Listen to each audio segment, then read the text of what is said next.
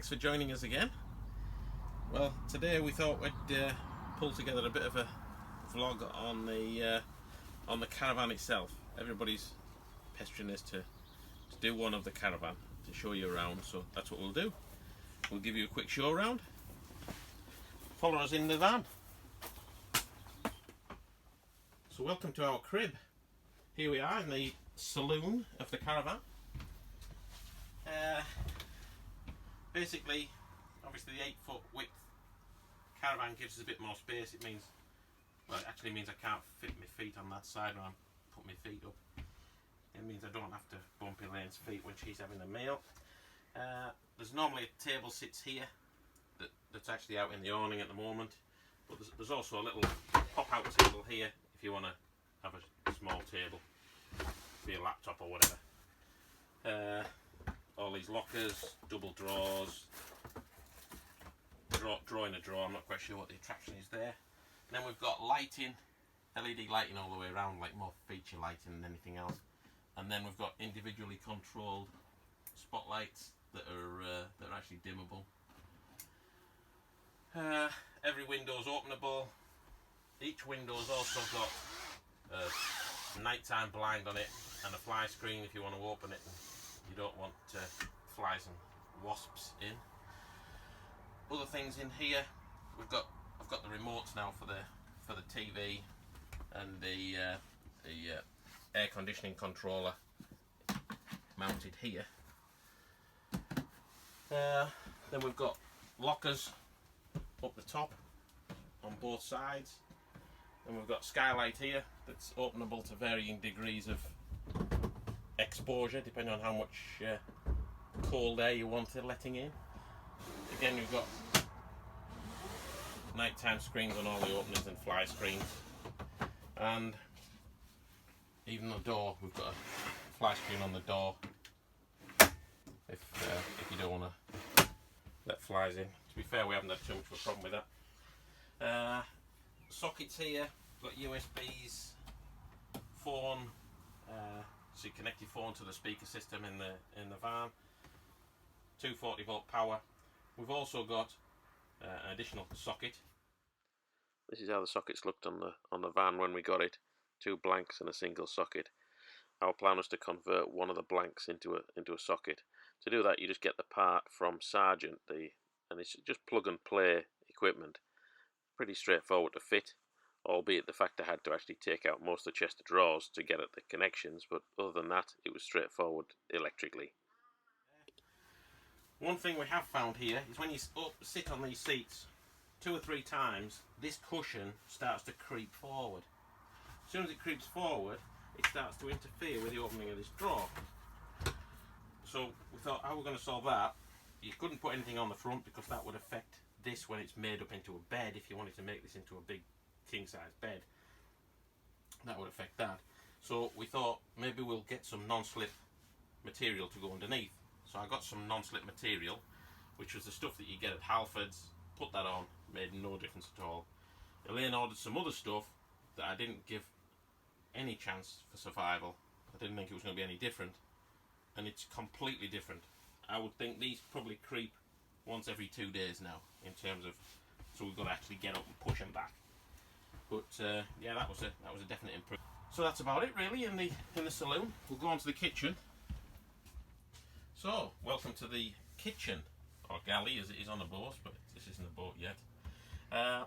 Yeah, kitchen. Not that I know a great deal about the kitchen. I'm not normally allowed in here, but we've got cooker. I recognise this as a cooker. So we've got gas hobs, 3 gas hobs, and an electric hob. If you're connected to a site with electric, which we are now actually, you can use the electric one. Grill and oven.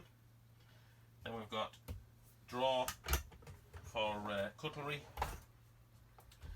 We've got top cupboards, microwave, sink. This is probably an ideal time to mention the problem we had with the kitchen sink, in that overzealous use of the sink or overfilling the sink resulted in water pouring down into the cutlery tray below, and you can see from the video of the sealant between the sink and the underside of worktop, how inadequate it is. It looks like it's been thrown in. Several areas there where it's not touching at all, and then there's a large area there where you can see that the silicon hasn't even touched the basin itself. It's an easy fix once you know what the problem is, and we'll carry on with the tour. Toaster kettle. Fairly straightforward. Bit of storage under here for pans. Then we've got a cupboard here where the table, when you're travelling, we put the table in here, locks away in there so nothing gets broken while we're travelling. We've got air conditioning unit here that we've tried a couple of times and it's pretty good. It does work, does do the job, which I didn't think it would do. And then on the worktop, because you haven't got a great deal of workspace, and I've taken up the rest of the workspace with electronic tat, we've got an extension of the worktop here that'll extend out and make a little bit more space. So that's about it. On the other side of the kitchen, we've got a cupboard up the top. In here it gives us access to the booster for the aerial to boost the signal to living room and bedroom, and it also allows us to elevate the aerial from inside the van. You can push it up, adjust it to the right direction, etc. We've also put a little light in there because there's quite a lot to fiddle on with in there. This is a cupboard where Elaine can't actually see in, but she does tend to keep stuff in there, so I have to fish it all out. Here we've got freezer, fridge, where we keep all the beers and the odd pint of milk. So underneath the fridge we've got a cupboard underneath, which is more of a glory hole than anything else. Then obviously the door through to the bathroom. Behind the doorstop, we've also put a hook on here. We've also put another hook the other side just to hang coats up. We found that you come in, you want to be able to hang your coat up rather than dump it down somewhere.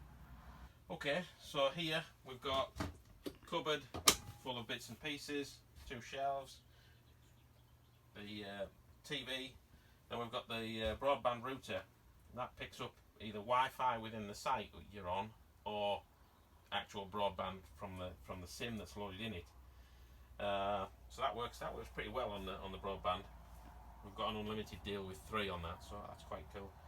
Then here we've got our onboard sort of storage, cloud storage, to try and cut down on Apple's cost for their storage, although it hasn't cut down any yet.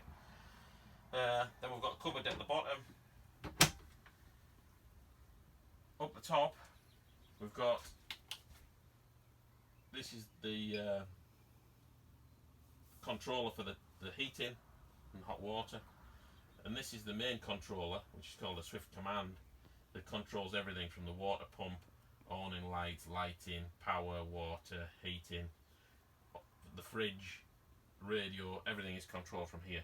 And that can be also controlled from an app on your phone, either within the caravan or external, so you can, on the way back from the pub, you can put your heating on so it's nice and warm when you get here. That's about it. So now we'll go through to from the kitchen through to the shower room. Okay, so here's the shower room. Got a mirror over the wash hand basin, cupboard below.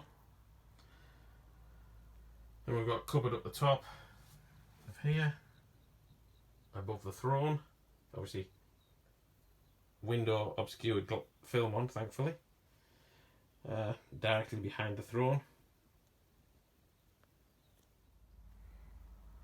This is the other side.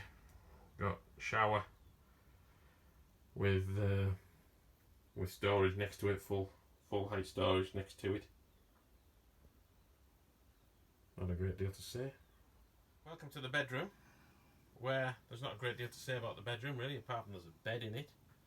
There's cupboards either side of the bed. We've got sockets either side for charging phones, light switches, drawers to the bottom. This is quite a sexy close operation on the drawer.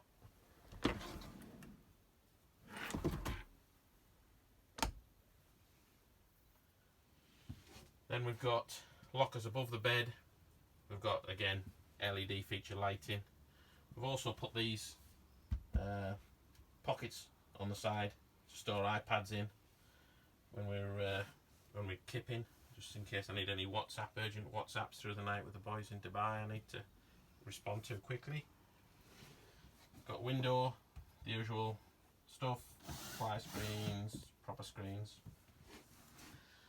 This side, both sides really, we've got tall cupboards, not a lot of space. Well, there's quite a lot of space in them. It's not particularly usable space. We've just got shelves, so I'm going to try and put additional shelves in these to create a little bit more usable space. They're just glory holes at the moment. Then we've got feature lighting behind here, TV bracket for the TV to slot on from the front, speakers again so that you can listen to your radio or your phone through the whole van.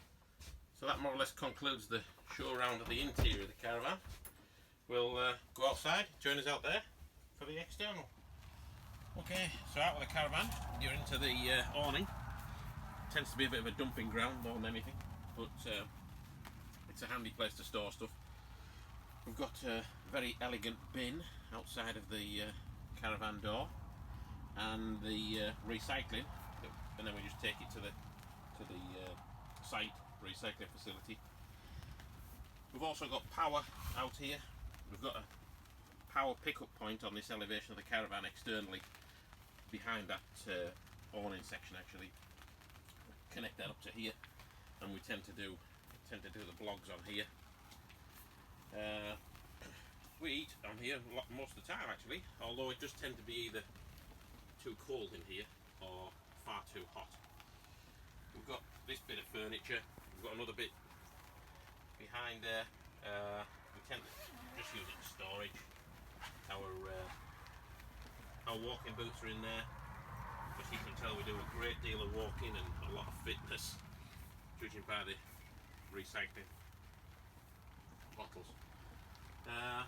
The awning itself is a Camper Rally Air Pro 390, something like that. It might be in a different order to that, but it basically means that the structure is filled with air, about 10 or 11 psi.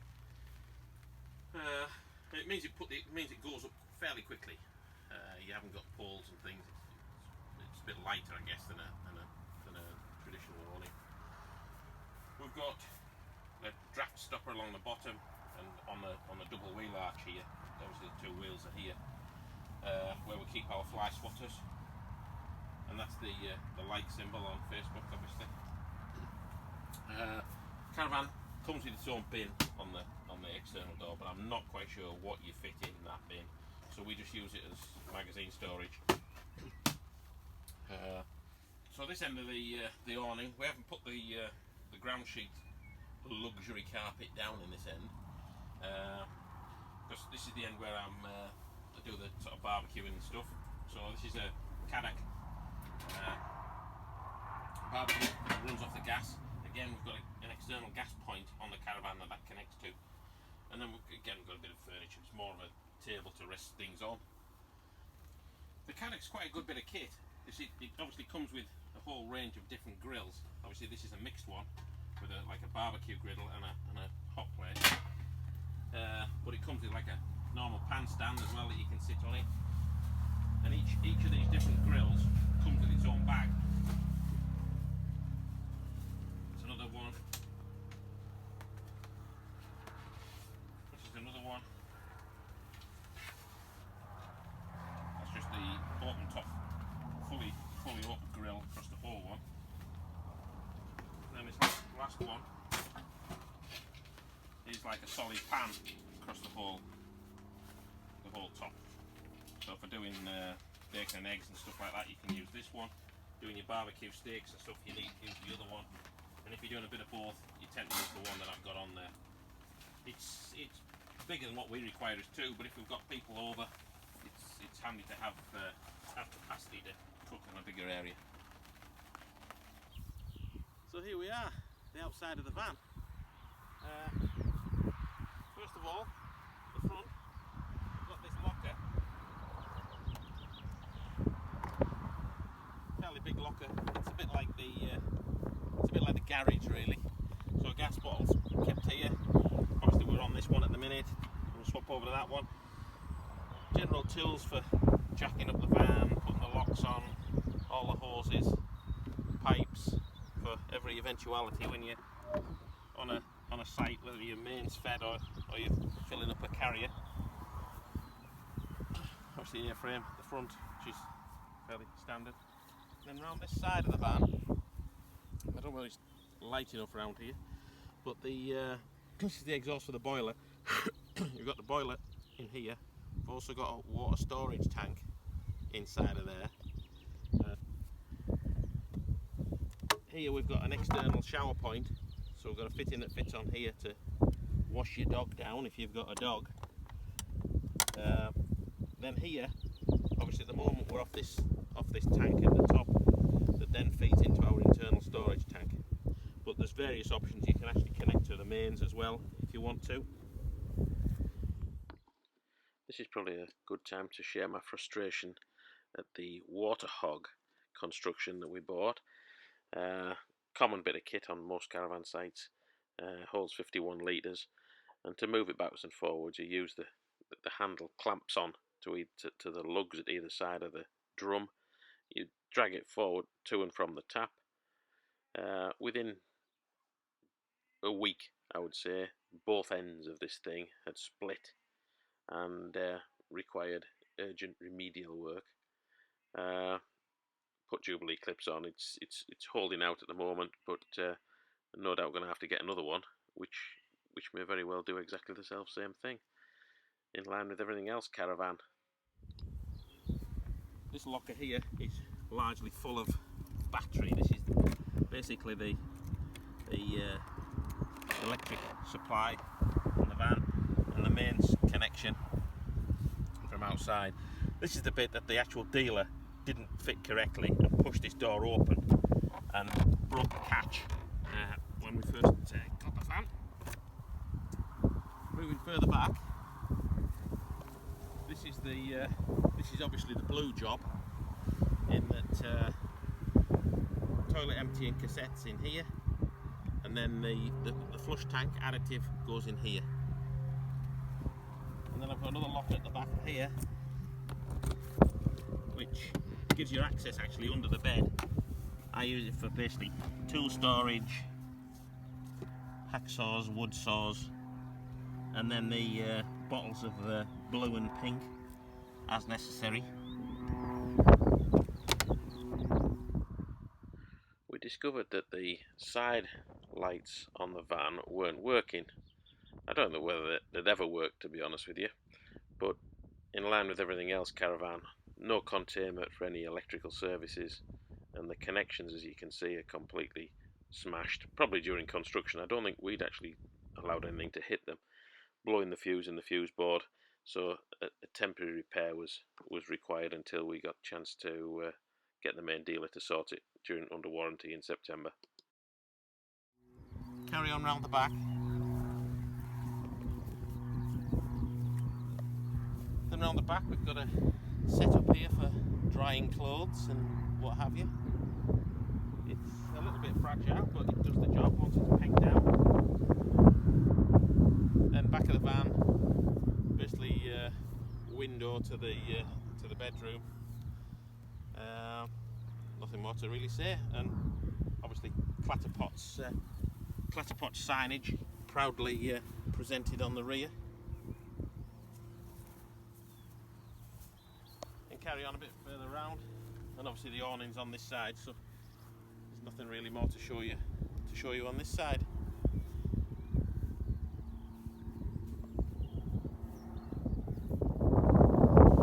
Okay, so that concludes the tour of the caravan. Hope you've enjoyed it. Anything else you want to know about it, let me know, and I'll include it in the next vlog. If you want to subscribe, thumbs up, thumbs down. Until next time, thanks for joining us. See you, bye.